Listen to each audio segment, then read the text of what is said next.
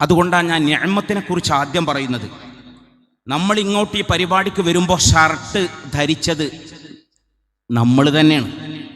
അൽഹംദുലില്ലാഹ് എന്നൊന്ന് പറഞ്ഞാളി. അതിന് തൗഫീഖ് കിട്ടാത്ത ലക്ഷക്കണക്കിന് മനുഷ്യന്മാരുണ്ട്. നമ്മളിവിടെ ഇരിക്കുന്നത് ഹാർട്ടിന് കംപ്ലൈൻ്റ് ഒന്നും വരാത്തത് കൊണ്ടാണ്. നമ്മുടെ കിഡ്നിക്ക് പ്രശ്നമൊന്നുമില്ല, നമ്മുടെ ലിവറിന് പ്രശ്നമൊന്നുമില്ല, നമ്മുടെ നാഡീ സംവിധാനങ്ങൾക്ക് കുഴപ്പം വന്നിട്ടില്ല, നമുക്ക് സ്ട്രോക്ക് വന്നിട്ടില്ല. ബിനിഅമത്തില്ലാഹ്.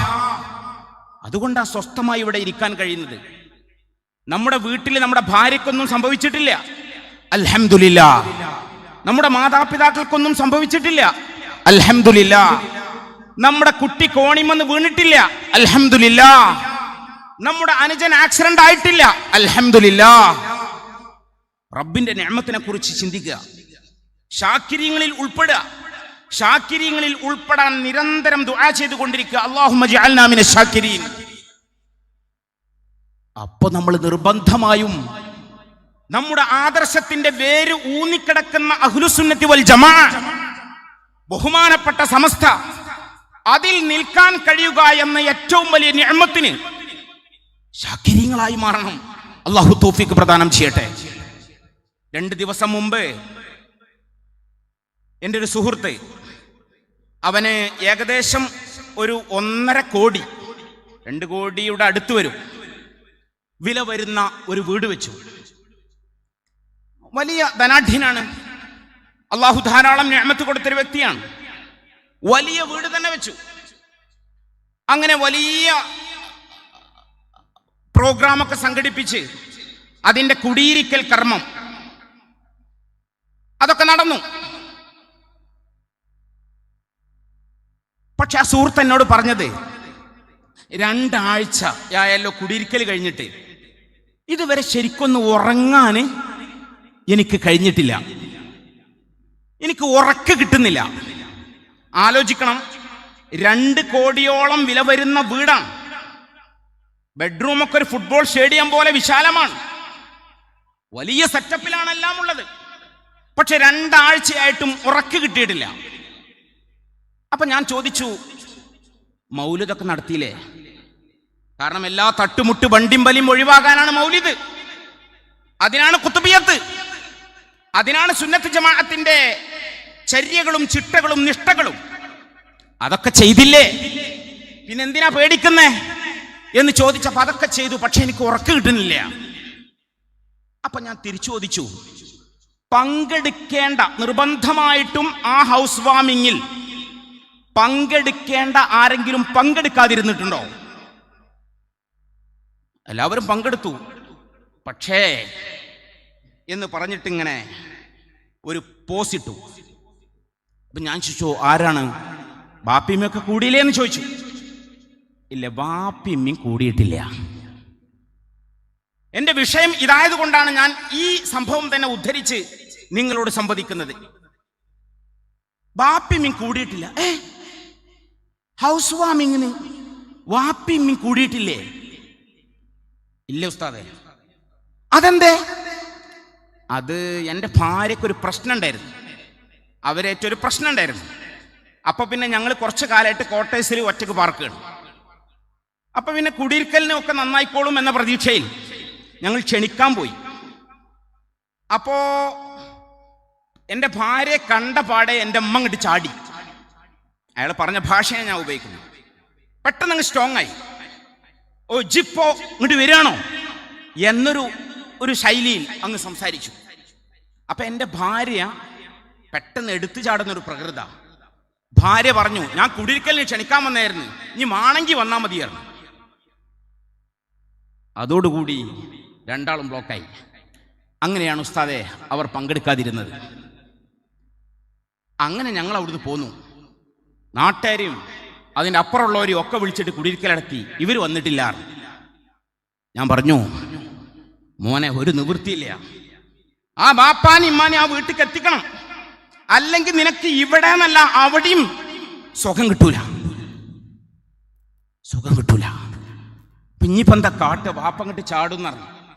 അപ്പൊ ഞാൻ വെറുതെ എൻ്റെ സുഹൃത്തായതുകൊണ്ട് ഫ്രണ്ട്ലി ഞാൻ അവനോട് ചോദിച്ചു, വാപ്പാക്ക് എന്താ ഇഷ്ടം എന്ന് ചോദിച്ചു. അപ്പോൾ അവൻ പറഞ്ഞു, കാഷ്യൂനട്ട് അണ്ടിപ്പരിപ്പ് ഭയങ്കര ഇഷ്ടമാണ്. കിലോന് കുറച്ച് വില ഒക്കെ ഉണ്ട്, എന്നാൽ അത് 2 കിലോ വാങ്ങിക്കോ.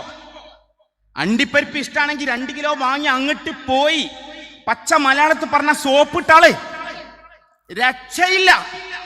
പൊരുത്തം കിട്ടേണ്ടവരിൽ നിന്ന് പൊരുത്തം കിട്ടൽ നിർബന്ധമാണ്. അവരുടെ റിള കിട്ടണം, അല്ലെങ്കിൽ സ്വസ്ഥത ഉണ്ടാവൂല. ഞാൻ ഈ റൂട്ടിനെ കുറിച്ച് സംസാരിക്കുമ്പോ, വിങ്സുകളെ കുറിച്ച് സംസാരിക്കുമ്പോ നിർബന്ധമായിട്ടും ഈ അടിസ്ഥാന ബോധം നമ്മളിൽ ഉണ്ടാകണം. മാതാപിതാക്കളുടെ ഗുരുത്വം, അവരുടെ പൊരുത്തം, അത് വളരെ പ്രധാനമാണ്. അങ്ങനെ ഇവൻ ഒരു 2 കിലോ അണ്ടിപ്പരിപ്പ് വാങ്ങിയിട്ട് ബാപ്പാന്റെ അടുത്തേക്ക് ചെന്ന് ഇതവിടെ ഫ്രണ്ടിൽ വെച്ചിട്ട് അങ്ങോട്ട് കരഞ്ഞു. പാ പൊരുത്തപ്പെടണം, എന്റെ ഭാര്യന്റെ അടുത്താണ് മുഴുവൻ തെറ്റും, നിങ്ങൾ വരണമെന്ന് പറഞ്ഞ് ഭാര്യ അങ്ങ് കരഞ്ഞു. കരയാൻ കഴിഞ്ഞില്ലെങ്കിൽ ഉണ്ടാക്കിയെങ്കിലും കരണം എന്നാണ്. ചിലയിടത്തെ കരയേണ്ടടുത്ത് കരയൽ ഇങ്ങോട്ട് വന്നില്ല, എന്നാ ബുദ്ധി ഉണ്ടാക്കിയെങ്കിലും കരണം എന്നാ. പെണ്ണങ്ങ് കരഞ്ഞു, അള്ളാന്റെ തൗഫീഖ് കൊണ്ട് കരച്ചിലപ്പോ വന്നു. അപ്പൊ ഈ 2 കരച്ചിലും കൂടെ അപ്പൊ പെണ്ണുങ്ങളല്ലേ ഉമ്മ അങ്ങോട്ട് കെട്ടിപ്പിടിച്ചൊക്കെ സോൾവായി. അന്ന് തന്നെ ഇവര് വന്നു പാർത്തു. ഇവൻ എനിക്ക് കോൾ ചെയ്തു, ഉസ്താദേ ഉറക്ക് കിട്ടി. ചിന്തിക്കുക, കുറച്ച് ദിവസങ്ങൾക്ക് മുമ്പ് കോട്ടക്കലിൽ ഒരു പ്രൈവറ്റ് ഹോസ്പിറ്റലിൽ ഒരു ഡോക്ടർ സോഷ്യൽ മീഡിയയിൽ ഒരു വീഡിയോ ചെയ്തിരുന്നു. അദ്ദേഹം അതിൽ പറയുന്നത്, എൻ്റെ ഒരു പേഷ്യന്റ് ഞാൻ ശസ്ത്രക്രിയ ചെയ്തു, ഓപ്പറേഷൻ ചെയ്തു. അങ്ങനെ ഒരു നോർമൽ സക്സസ്ഫുൾ ഓപ്പറേഷനാണ്, നോർമൽ ശസ്ത്രക്രിയയാണ്, യാതൊരു പ്രശ്നവും വന്നിട്ടില്ല. അപ്പോൾ ആദ്യത്തെ ദിവസമൊക്കെ അതിൻ്റെ ഒരു പൊറുതേട് ഉണ്ടാകും. പക്ഷെ 2-3 ദിവസമായിട്ടും ഇയാൾക്ക് ഉറക്ക് കിട്ടുന്നില്ല. അപ്പോ ഇയാളുടെ കൂടെ നിൽക്കുന്ന ഭാര്യ ഡോക്ടർ പറയാണ്, എന്നോട് പറഞ്ഞു ഇയാൾക്ക് ഉറക്ക് കിട്ടണില്ലല്ലോ, എന്താ സംഭവിച്ചിട്ടുള്ളത്, നിങ്ങളൊന്ന് നോക്കി എന്ന് പറഞ്ഞപ്പോൾ ഡോക്ടർ പറഞ്ഞത്രേ, ഏയ് അതിൻ്റെ ഒന്നും പ്രശ്നമില്ല, വളരെ സക്സസ്ഫുൾ ആയി ഓപ്പറേഷൻ കഴിഞ്ഞതാണ്, നോർമൽ വളരെ സിമ്പിൾ ആയിട്ടുള്ള ഓപ്പറേഷനുമാണ്, എന്തിനാ അതിന് പേടിക്കുന്നത്? അപ്പൊ എത്ര വെറുതെ ഗുളി കൊടുക്കാൻ പറ്റില്ലല്ലോ, എത്ര അവലോകനം നടത്തിയിട്ടും എത്ര ചിന്തിച്ചിട്ടും ഡോക്ടർക്ക് പിടികിട്ടുന്നില്ല എന്താണ് ഉറക്ക് നഷ്ടമാകാനുള്ള കാരണം. അങ്ങനെ ഇയാളോട് ഇങ്ങനെ സംസാരിച്ചത്രേ, രോഗിയോട്. അപ്പോ ഈ ഡോക്ടർ പറയാണ്, രോഗി ഡോക്ടറോട് പറഞ്ഞു, എന്തെങ്കിലും ടെൻഷൻ ഉണ്ടോ എന്ന് ഡോക്ടർ ചോദിച്ചു. അപ്പൊ ഈ രോഗി പറഞ്ഞത്രേ, ഞാൻ ദിനേന എൻ്റെ മാതാപിതാക്കളുടെ ഖബറിങ്ങ പോകുന്ന ആളാണ്. ഈ ഡോക്ടർ മറ്റൊരാശയക്കാരനാണ്, നമ്മുടെ ആശയത്തിലുള്ള ആളല്ല. ആ ഡോക്ടറോടാ പറയുന്നത്, ഞാൻ എൻ്റെ മാതാപിതാക്കളുടെ ഖബറിങ്ങൽ ദിനേന പോയി സിയാറത്ത് ചെയ്യുന്ന വ്യക്തിയാണ്. ഈ 4-5 ദിവസം ആ സിയാറത്ത് മുടങ്ങിയ ഒരു ടെൻഷൻ, എനിക്ക് ഭക്ഷണം പ്രശ്നമില്ല, എനിക്ക് വെള്ളം പ്രശ്നമില്ല, എനിക്കൊന്നും പ്രശ്നമില്ല, എൻ്റെ അപ്പാൻ്റെ ഉമ്മാൻ്റെ ഖബറിങ്ങെത്തണം, അത് മുടങ്ങിയൊരു അസ്വസ്ഥത എനിക്കുണ്ട്. അപ്പൊ ഡോക്ടർ പറഞ്ഞു, ഇത് തന്നെ കാരണം, ബാപ്പയും ഉമ്മയുമായിട്ടുള്ള ബോണ്ട്, ആ ബോണ്ട് അതിന്റെ ഡെപ്ത് കാരണം ഈ വ്യക്തിയുടെ ഉറക്ക് നഷ്ടപ്പെട്ടതാണ്, രോഗമല്ല, അതൊരു സൈക്കോ പ്രശ്നമാണ് എന്ന് പറഞ്ഞ് ഡോക്ടർ ആ കുടുംബത്തെ സമാധാനിപ്പിക്കുകയാണ്. അത് മാറിക്കോളും. അതങ്ങനെ സമാധാനിപ്പിക്കുക മാത്രമല്ല, ഈ വിഷയം ഡോക്ടർ വീഡിയോ ചെയ്തു. അതേമാതിരി പറയുന്നത്, ഖബർ സിയാറത്ത് എനിക്ക് യോജിപ്പില്ല, പക്ഷെ ഇതൊരു വല്ലാത്ത സംഭവം തന്നെ, ഈ ബോണ്ട് ഒരു വല്ലാത്ത എന്നെ ഞെട്ടിച്ച സംഭവം തന്നെ എന്ന് ആ ഡോക്ടർ വീഡിയോയിൽ പറയുന്നു. അതിന്റെ പേരാണ് it is called real bond, യഥാർത്ഥത്തിലുള്ള ബന്ധം. ഇപ്പോ കുറച്ചു മുമ്പ് അൻസിൽ എന്ന് പറയുന്ന ഒരു 16 വയസ്സുകാരൻ, ബ്രിട്ടിൽ ഡിസീസ്, ഈ ബോൺസ് എല്ലുകൾ പെട്ടെന്ന് വീണാൽ എല്ലുകൾ പെട്ടെന്ന് പൊട്ടിപ്പോകുന്ന അസുഖം, ഇതിന്റെ പേരാ ബ്രിട്ടിൽ ഡിസീസ്. നമുക്കൊക്കെ അള്ളാഹുവിന്റെ നിയമത്ത് കൊണ്ടൊന്ന് വീണാല് ഒന്നും സാധാരണഗതിയിൽ സംഭവിക്കുന്നില്ല. എന്നാൽ ആ ഹെൽത്ത് ഇല്ലാത്ത ഒരു വ്യക്തിയാണ് ഈ കുട്ടി. ഈ കുട്ടി വീണാൽ കൈ പൊട്ടും, കാല് പൊട്ടും, നട്ടലിന് പ്രശ്നം വരും, ഇങ്ങനെ നിരന്തരം ശസ്ത്രക്രിയകൾക്ക് വിധേയമായി കൊണ്ടിരിക്കുന്ന ഒരു കുട്ടിയാ. ഈ കുട്ടിക്ക് പക്ഷേ നബി സല്ലല്ലാഹു അലൈഹി വസല്ലമ തങ്ങളോടുള്ള അടങ്ങാത്ത മഹബത്ത, ആഴത്തിലുള്ള മഹബത്താണ് മദീനയോട്. മക്കയിലെത്താനുള്ള പ്രേമം നിറഞ്ഞു നിൽക്കുന്ന ഹൃദയമാണ്. ഈ വ്യക്തി എന്നും പറയും, ഈ കുട്ടി എന്നും പറയും, ഞാൻ എന്നാണ് ഇവിടുന്ന് പോവാന്ന് പറയാൻ പറ്റൂല, എനിക്ക് ഈ അസുഖമുള്ള ആളാണല്ലോ, എനിക്ക് എത്രയും പെട്ടെന്നൊന്ന് മദീനയിൽ എത്തിച്ചേരാൻ കഴിഞ്ഞെങ്കിലെന്ന് ഈ കുഞ്ഞ് എന്നും പറയുമത്രേ. അങ്ങനെ എല്ലാവരും സഹായിച്ച് വല്ലിപ്പയും വല്ലിമ്മയും ഈ കുഞ്ഞിനെയും കൂട്ടിയിട്ട് ഉംറക്ക് പോയി. മക്കയിലെത്തി ഉംറ ചെയ്തു. ശേഷം മദീനയിലേക്ക് വന്നു. മദീനയിൽ പൊട്ടിക്കരഞ്ഞുകൊണ്ട് ഈ കുഞ്ഞിന്റെ മഹബത്തിന്റെ എല്ലാ അർത്ഥത്തിലുമുള്ള പ്രകാശനം നിർവഹിച്ച് അവിടെ സിയാറത്ത് നടക്കുകയാണ്. ആ കുഞ്ഞ് പൊട്ടിക്കരഞ്ഞ് മനമില്ലാ മനസ്സോടെ റൗലയിൽ നിന്ന് ഉറങ്ങാനായി തന്റെ റൂമിലേക്ക് വരികയാണ്. തന്റെ റൂമിലേക്ക് കിടക്കാൻ വേണ്ടി നട്ടപ്പാതിരക്ക് വന്നു. 3:30 വീണ്ടും എണീറ്റിട്ട് വല്ലിപ്പയെയും വല്ലിമ്മയെയും വിളിച്ചിട്ട് പറഞ്ഞു, എനിക്ക് നാട്ടിക്ക് ഉമ്മാനായിട്ടൊന്ന് കോണ്ടാക്ട് ചെയ്യാൻ പറ്റുമോ? എന്താ മോനെ, ഈ നട്ടപ്പാതിരക്ക് ഒന്ന് നേരം വിളിത്തോട്ടെ, എന്നിട്ട് വീഡിയോ കോൾ ചെയ്യാം. അപ്പോ എങ്കിൽ അങ്ങനെയാണെങ്കിൽ അങ്ങനെ എന്ന് പറഞ്ഞ് ഈ കുട്ടി വുദുവുണ്ടാക്കി ബെഡിലങ്ങ് കിടക്കുകയാണ്. ലാ ഇലാഹ ഇല്ലല്ലാഹ് എന്ന് ചൊല്ലിക്കൊണ്ടങ്ങ് കിടക്കുകയാണ്. അതിന് തൊട്ട് മുമ്പ് ഈ വല്ലിപ്പയോടും വല്ലിമ്മയോടും ഈ അൻസിൽ എന്ന് പറയുന്ന കുട്ടി പറഞ്ഞു, എൻ്റെ ഉമ്മാനോടൊന്ന് പറയണം, ഞാൻ അള്ളാഹുവിലേക്ക് പോയിട്ടുണ്ടെന്ന്. അതും പറഞ്ഞ് കെലിമയും ചൊല്ലി ആ കുട്ടി ബെഡിൽ കിടക്കുകയാണ്. കുട്ടി റബ്ബിലേക്ക് യാത്ര പോവുകയാണ്. അതിന്റെ പേരാണ് ബോണ്ട്. എന്റെ അവസാനത്തെ നിമിഷമാണ്. എന്റെ ഉമ്മയോടൊന്ന് പറയണം, ഞാൻ റൗള സിയാറത്ത് ചെയ്തിട്ടുണ്ട്. അള്ളാഹുവിന്റെ ഹബീബിന്റെ ഖബറിങ്ങൽ പരിശുദ്ധ ഹുജ്റ ഷരീഫയിൽ ഞാൻ നിന്നിട്ടുണ്ട്, ഞാൻ സിയാറത്ത് ചെയ്തിട്ടുണ്ട്. ആവോളം ആ പച്ചക്കുബ്ബ കണ്ടു കൺകുളിർമയിൽ ഞാൻ എൻ്റെ റൂമിലെത്തി. ഇനി അള്ളാഹുവിലേക്ക് ഞാൻ പോവുകയാണ് എന്ന് എൻ്റെ ഉമ്മയോട് നിങ്ങളൊന്ന് പറയണം എന്ന് വല്ലിപ്പയോടും വല്ലിമ്മയോടും വസിയത്ത് ചെയ്ത് ആ കുട്ടി റബ്ബിലേക്ക് യാത്ര പോയപ്പോ മദീനയിലെ അറിയപ്പെടാത്ത ഈ വ്യക്തിയെ നേരിട്ടറിയാത്ത ആളുകൾ പോലും വന്നിട്ട് ഈ മയ്യത്തിനെ ചുംബിച്ചുവെന്ന് റിപ്പോർട്ട് ചെയ്യപ്പെട്ടു. ഇതിന്റെ പേരാണ് ബോണ്ട്. ഇതാണ് ആഴത്തിലുള്ള ബന്ധം എന്ന് പറയുന്നത്. ഒരു സംഭവം നമ്മൾ സാധാരണ പറയാറുണ്ട്. ഒരു വ്യക്തിയെ മകൻ ചവിട്ടിയത്രേ. ഒരു ബാപ്പാനെ മകൻ ചവിട്ടിയത്രേ. എന്താ പ്രശ്നം? സ്വത്തിന്റെ എന്തോ പറഞ്ഞിട്ട് അങ്ങോട്ടും ഇങ്ങോട്ടും താഴെ മേലും പറഞ്ഞിട്ട് മോൻക്ക് ചൂടായി ബാപ്പാൻ ഒരൊറ്റ ചവിട്ട്. ഈ കിക്കിൽ, ഈ ചവിട്ടിൽ ബാപ്പ തെറിച്ച് റോട്ടുമക്ക് പോയത്രേ. റോഡ് സൈഡിൽ നിന്നാ ചർച്ച. ബാപ്പ തെറിച്ചങ്ങ് പോയി. റോട്ടുമ്മലെത്തി ബാപ്പ മോന്റെ ഒരൊറ്റ ചവിട്ടിന് ബാപ്പ റോട്ടുമ്മല. അതില് ബാപ്പ റോട്ടുമ്മ കിടന്ന് ചിരിച്ചാണത്രേ.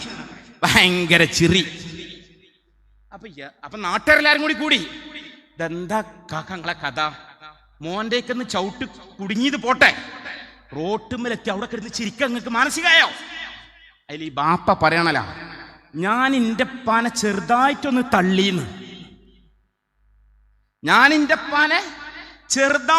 തള്ളീന്ന്. അതിനാണ് ഇപ്പൊ ഈ കിട്ടിയത്. റോട്ടുമ്മലെത്തി ഞാൻ.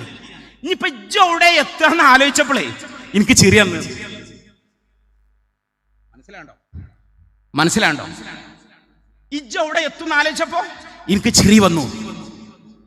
അപ്പോ നമ്മൾ ആലോചിക്കുക, ആഴത്തില് മാതാപിതാക്കളുമായിട്ടുള്ള ഫലാ തഖുൽ ലഹുമാ ഉഫിൻ വലാ തൻഹർഹുമാ വഖുൽ ലഹുമാ ഖൗലൻ കരീമാ.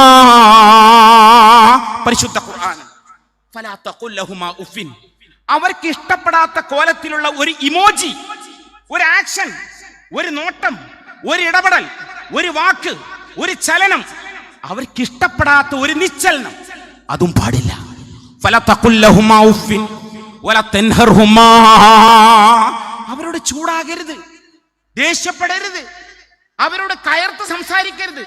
മോനെ മൊബൈലൊന്ന് എടുത്തു വെക്ക്, മോനെ ഭക്ഷണം കഴിക്കുമ്പോഴെങ്കിലും ഇതൊന്ന് അങ്ങോട്ട് മാറ്റിവെക്ക് എന്ന് ബാപ്പയും ഉമ്മയും സ്നേഹബുദ്ധിയ ഉപദേശിക്കുന്ന നേരത്ത് നിങ്ങൾക്ക് കഥയില്ലാത്തതുകൊണ്ടാണ്, നിങ്ങൾ ഔട്ട്ഡേറ്റഡ് ആണ് എന്ന് പറഞ്ഞ് ബാപ്പയെ പരിഹസിക്കല്ല മോനെ.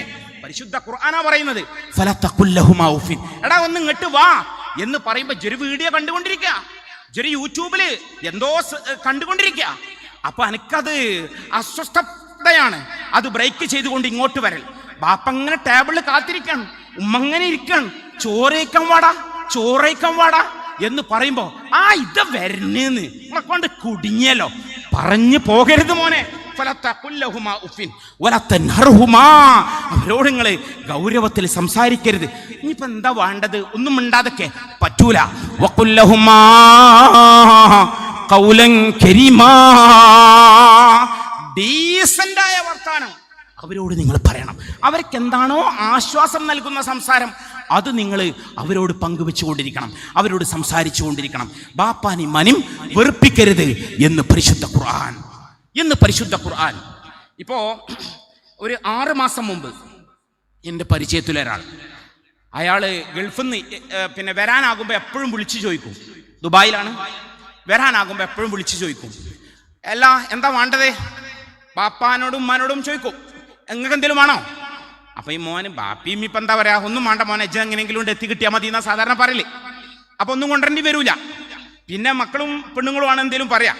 അപ്പൊ ആ പ്രതീക്ഷയാ ചോദിക്കുന്നുണ്ട് ബാപ്പാനോട്, എല്ലാ പ്രാവശ്യം ചോദിക്കും, ബാപ്പാ എന്തേലും വേണോ? ബാപ്പ ഒന്നും വേണ്ട മോനെ, എജ്ജ എങ്ങനെ എത്തി കിട്ടിയാൽ മതി. ഉമ്മാനോട് ഉമ്മാക്കൊന്ന് ഫോൺ കൊടുത്താണി. അപ്പൊ ഉമ്മ നിങ്ങൾക്ക് എന്തെങ്കിലും വേണോ? എനിക്കും വേണ്ട മോനെ, എങ്ങനെയെങ്കിലും ഇജ്ജൊന്നും എത്തിക്കിട്ടാ, എന്നൊന്ന് കണ്ടാ മതിയടാ. ഇതാണ് സ്ഥിരമായിട്ട് വാപ്പിയമ്മയും പറയല്. ഇപ്രാവശ്യം ഈ 6 മാസം മുമ്പ് ഓന് ദുബായിൽ നിന്ന് വിളിച്ചപ്പോ ബാപ്പ പറഞ്ഞ്, എടാ എപ്പോഴും ഞാൻ അങ്ങനെ ഒന്നും വേണ്ടാന്ന് പറയലാണ്, എന്നോട് എന്തെങ്കിലും ഒന്ന് പറയണമെന്ന് പൂതിയുണ്ട്, കുറെ കാലമല്ലേ ദുബായില്, എനിക്ക് റാഡ വാച്ച് മരിക്കണതിന് മുമ്പ് കെട്ടണമെന്ന് പൂതിയുണ്ട്. കാരണം റാഡ വാച്ചിന് 50,000 റുപ്യ 60,000 റുപ്യ 70,000 റുപ്യ 1.5 ലക്ഷം വിലണ്ട്. ഇവന്റെ അകത്തറച്ചിക്ക് തട്ടി. എന്നും ഇങ്ങനെ ചോദിക്കണ്ട്, ഫോർമാലിറ്റിക്കാ ചോദിക്കണ്ടേ, ബാപ്പ വാണ്ടാച്ചിങ്ങോട്ട് പോരാ, എന്നെ കാണാൻ പൂതിന്ന് പറയുന്നു പ്രതീക്ഷിച്ചിട്ടാ ചോദിച്ചത്. അപ്പൊ ഇതില് ബാപ്പ പൊട്ടിച്ച്. എന്താ പൊട്ടിച്ചത്? കുറെ കാലയുടെ റാഡോ വാച്ച് കെട്ടണമെന്നൊരു പൂതി ജായിട്ടുണ്ട് വാർ. അതിലിവന് ശരി നോക്കട്ടെ എന്ന് പറഞ്ഞ് ഫോൺ വെച്ച്, പിന്നെ അവനെ വലിയ വർത്താനൊന്നുമില്ല, പിന്നെ ഒരു കോളും ഇല്ല. പിന്നെ ഓങ്ങോട്ട് വന്ന് പെരീക്കൊണ്ട് വന്നപ്പോ കരിപ്പൂർക്ക് ഇവിടെ എല്ലാരും കൂടി പോയപ്പോ വാപ്പാനും കൊണ്ടേക്കണേ കരിപ്പൂരിൽ തന്നെ ബാപ്പ ചോദിച്ച് റാഡ വാങ്ങിയാന്ന്. ഇവനൊരു തിരിച്ചില്, ബാപ്പ അതിനൊക്കെ വില കൂടിക്കണേ, പണ്ടത്തെ വില അല്ല, എന്തേലും ഒന്ന് പറയണ്ടേ. ബാപ്പ ഒന്നും ഉണ്ടില്ല, അങ്ങോട്ട് പോന്നു. 3-ാമത്തെ ദിവസം ആ ബാപ്പ മരിച്ചുപോയി. 3-ാമത്തെ ദിവസം ആ ബാപ്പ അറ്റാക്ക് വന്ന് മരിച്ചുപോയി. ഇവൻ പിന്നെ ഇപ്പൊ അയാൾ ഗൾഫ് നിർത്തിക്കാൻ ടെൻഷനായിട്ട്, എനിക്ക് ഗൾഫ് വേണ്ട, ഒന്നും വേണ്ട, ഇനി എന്താ ഞാൻ കാട്ടേണ്ടത്? എന്നോട് ഈ സുഹൃത്ത് ചോദിക്കാണ്, ഞാൻ ആർക്കാണ് ഉസ്താദെ റാടഞ്ഞ് കൊടുക്കേണ്ടത്? ആ കബറിങ്ങ കൊണ്ടുപോയി വെക്കേ, ഞാൻ എന്താ ചെയ്യേണ്ടത്? അപ്പൊ സഹോദരങ്ങളെ ആലോചിക്കുക, ബാപ്പാനും മാനും വെറുപ്പിക്കാതിരിക്കുക. അവരെ പൊരുത്തം എന്ന് പറയുന്നത് ഫലാ തഖുല്ലഹുമാ ഉഫ്ഫിൻ വലാ തൻഹർഹുമാ വഖുല്ലഹുമാ ഖൗലൻ കരീമാ. അത് വലിയ സംഭവമാണ്. നമ്മുടെ സംസ്കാരത്തിന്റെ വേരും ശാഖയും എല്ലാം അതാണ്. അവരിലൂടെ സുന്നത്ത് ജമാഅത്ത്. ഇപ്പോ ഞാനിപ്പോ ഇനി വൈകി വീട്ടിലെത്തിയാലും ചോറ് എടുക്കുക എന്ന് എൻ്റെ ഭാര്യയോട് ഞാൻ പറയുമ്പോ ഉമ്മ പറയും, മൗലിദോത് എന്നിട്ട് ചോറ്. ഇന്നോട് ഇന്നലെ ഞാൻ പാതിരയക്കണ ഒരു പ്രോഗ്രാം കഴിഞ്ഞ് വീട്ടിലെത്തുമ്പോ അപ്പൊ ഉമ്മ ഉറങ്ങിയിട്ടുണ്ട്. ഞാൻ എത്തി ഉമ്മാന്റെ അടുത്തേക്ക് ചെല്ലും. അപ്പോ ഇങ്ങോട്ട് എണീറ്റു. ഉമ്മ വയ്യാത്ത ഉമ്മയാണ്, അല്ലാഹു ദീർഘായുസ്സും ആഫിയത്തും തരട്ടെ, നിങ്ങൾ ദുആയിൽ ഉൾപ്പെടുത്തണമെന്ന് അപേക്ഷിക്കുകയാണ്. അപ്പൊ ഉമ്മ ഇങ്ങോട്ട് പൊന്തിയിട്ട് ഇജിന്ന് മൗലിദോതി ചോദിച്ചു. ഞാൻ വയലിൽ കഴിഞ്ഞ് ഉമ്മ വരികയാണെന്ന് ഇങ്ങോട്ട് പറഞ്ഞതാ. അപ്പൊ ഇങ്ങോട്ട് തിരിച്ചു പോയി, ഇജിന്ന് മൗലിദോതിയാ? എന്നും മൗലിദോതണം. ഇപ്പൊ റിഫായി ശൈഖ് റളിയല്ലാഹു അൻഹുവിന്റെ ആണ്ടിന്റെ സമയമാണ്. അപ്പൊ റിഫായി മൗലിദോതണം, അതിന്റെ മുമ്പ് ജീലാനി മൗലിദോതണം, ഖദ്ദസല്ലാഹു അസ്റാറഹും. അപ്പൊ ഈ ബോണ്ട് ഉണ്ടല്ലോ. എന്നോട് ചിലർ ചോദിക്കാറുണ്ടേ, നിങ്ങളെങ്ങനെ ഈ തലപ്പാവ് ഇങ്ങനെ കണ്ടീഷനായിട്ട് എപ്പോഴും ഇങ്ങനെ ഫുൾ ടൈം തലപ്പാവുള്ളൂ? അപ്പം ഞാൻ പറഞ്ഞു, ഇപ്പോഴും ചോദിച്ചിട്ടൂടെ? അപ്പം ഞാൻ പറഞ്ഞു, എനിക്ക് തുണി ഉടുക്കാൻ പഠിപ്പിക്കുന്നതിൻ്റെ മുമ്പ് ഉമ്മ പഠിപ്പിച്ച് തലപ്പാവാ, ഇത് കെട്ടടാ, ഇത് കെട്ട് പറഞ്ഞിട്ട് ഒരു മുണ്ടെടുത്താണ് ഇങ്ങനെ കെട്ടി തരും.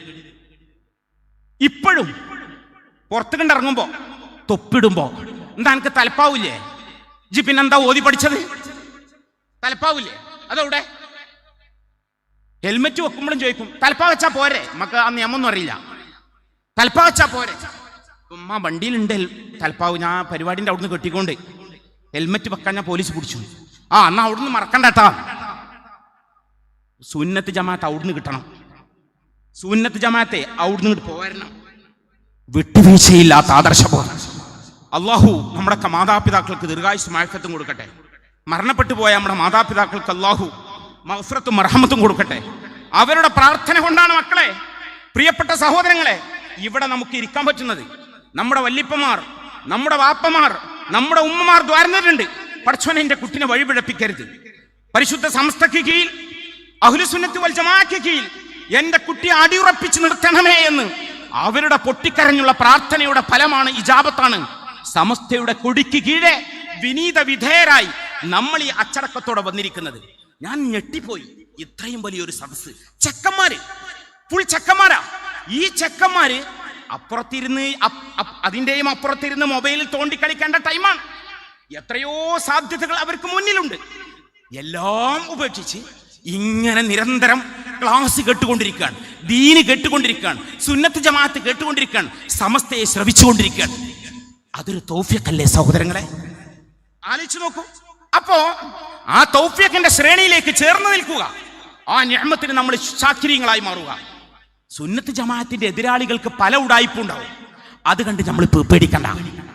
അത് കണ്ട് ആ പല ഉടായ്പും പല ട്രിക്കുകളും ഉണ്ടാവും. മൂസാ നബി അലൈഹി സ്വലാത്തു വസ്സലാമിന്റെ ശത്രുപക്ഷത്ത് വന്ന ജ്യോത്സ്യന്മാർ, മൂസാ നബി അലൈഹി സ്വലാത്തു വസ്സലാമുമായി ഏറ്റുമുട്ടാൻ വന്ന ജ്യോത്സ്യന്മാർ, 80,000 ജ്യോത്സ്യന്മാർ. മൂസാ നബി അലൈഹി സ്വലാത്തു വസ്സലാം ഒറ്റക്കാണ്. അതാണ് മുത്തുക്കോയത്തങ്ങൾ പറഞ്ഞത്. അള്ളാഹു ദീർഘായുസ്സും ആഫിയത്തും കൊടുക്കട്ടെ. മഹദി ഇമാമിന് കൊടിയെടുക്കാൻ ഒരാൾ മതിയെന്ന്. അത് വല്ലാത്ത വർത്താനാണ്. അത് ചെറിയ വർത്താനല്ല. മഹദി ഇമാമിന് ഈ കൊടി കൈമാറാൻ ഒരാൾ മതി. ഇവിടെ ഭൂരിപക്ഷത്തിന്റെ ന്യൂനപക്ഷത്തിന്റെ വിഷയമല്ല. അതൊരു ഗൗരവമുള്ള വർത്താനാണ്. മൂസാ നബി അലൈഹി സ്വലാത്തു വസ്സലാമിന്റെ എതിരെ വന്നത് 80,000 ജ്യോത്സ്യന്മാർ, സാഹിര്യങ്ങൾ, ജാലവിദ്യക്കാർ. അവരുടെ കയ്യിലുള്ള വടികളും കയറുകളും നിലത്തേക്കിട്ടപ്പോ പാമ്പായി കാണപ്പെട്ടു. അവിടെ പാമ്പായി ജനങ്ങൾക്ക് തോന്നുമാറ് ആ കോലത്തിൽ അവിടെ ജാലവിദ്യ അരങ്ങേറുകയാണ്. ഇത് കണ്ടപ്പോ ഒന്നോട്ട് വലിയൊരു സ്റ്റേഡിയത്തിലാണ് മത്സരം നടക്കുന്നത്. മൂസാ നബി അലൈഹി സ്വലാത്തു വസ്സലാം അള്ളാഹുവിന്റെ ദീനിന്റെ പക്ഷത്താണ്. മൂസാ നബി അലൈഹി സ്വലാത്തു വസ്സലാം അള്ളാഹുവിന്റെ ദീനിന്റെ പക്ഷത്താണ്, ശരിയായ ആദർശത്തിന്റെ പക്ഷത്താണ്. മൂസാ നബി അലൈഹി സ്വലാത്തു വസ്സലാമിന്റെ എതിർപക്ഷത്തുള്ളത് 80,000 ജ്യോത്സ്യന്മാർ മാത്രമല്ല, അവരുടെ ഫാൻസ് അസോസിയേഷൻസ്. 80,000 ജ്യോത്സ്യന്മാർ മാത്രമല്ല, അവരുടെ ഫാൻസ് അസോസിയേഷനും എല്ലാവരോടെ കൂടിയിട്ടുണ്ട് മൂസാ നബി അലൈഹി സ്വലാത്തു വസ്സലാം പരാജയപ്പെടുന്നത് കാണാൻ. അങ്ങനെ അവരെ കയ്യിലുള്ള വടിയും അവരുടെ കയ്യിലുള്ള കയറുകളും നിലത്തേക്കിട്ടപ്പോ പാമ്പായി കാണപ്പെടുകയാണ്. ആളുകൾക്ക് ഇത് പാമ്പായി തോന്നുകയാണ്. എത്രത്തോളം എന്ന് വെച്ചാൽ